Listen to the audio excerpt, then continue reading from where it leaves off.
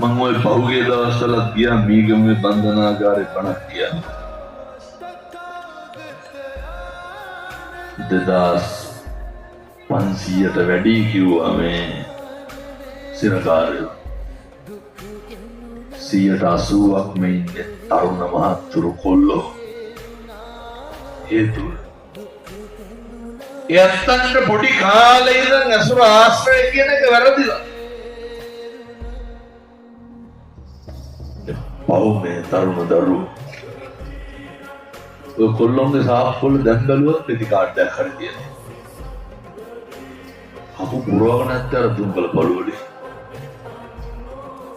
පොඩි කොල්ලෝ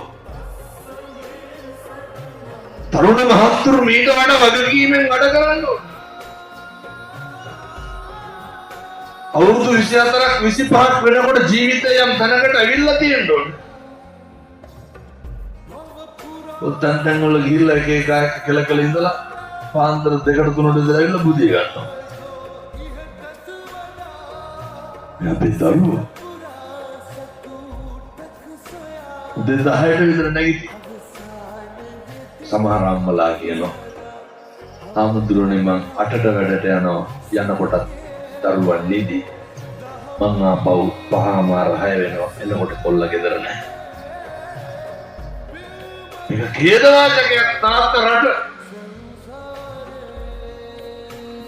මේ දරුවන්ට ජීවිතේ තියෙන්න ඕන දෙමව්පියෝ ගැන මහ පුදුම විදිහේ හැඟීමක්.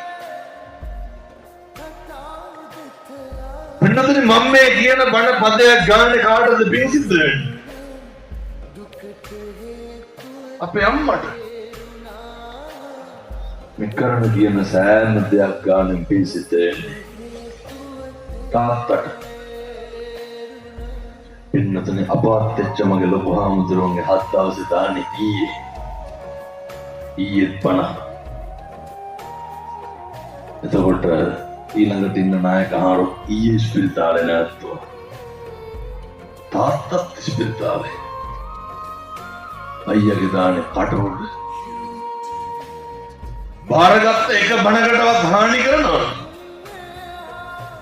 නෑ. මේ ගමන මේ ව්‍යායාමේ එතමෝපියොන්ට පිසිත වෙන්න තන් දීපු දායකයන්ට පිසිත වෙන්න. ලොකු හාමුදුරුවන්ට පින් සිද්ධ වෙන්න. තුන්නේ තරුණ මහත්තුරුන්ට කියන්නේ ජීවිතේ හොඳ අරමුණක් තියෙන්න ඕනේ. හොඳ පෞරුෂයක් හොඳ අභිමානයක් කොල්ලෙක් වුණාම කෙල්ලෙක් වුණාම හොඳ ක්වොලිටි එකක් මේන්ටේන් කරන්න පුළුවන් වෙන්න ඕනේ. ඒ ක්වොලිටි එක ඇතුලේ තියෙන්න ඕනේ. අරන්නේ හොඳ කුණුහරුපයක්වත් කියන්නේ නැති කොල්ලෙක් වෙන්න ඕනේ.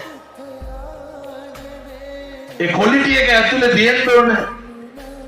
අර ගාර වෝච නිවාසෝචනේ අනේකට ගරු කරන චරිතයක් වෙන්න ඕනේ.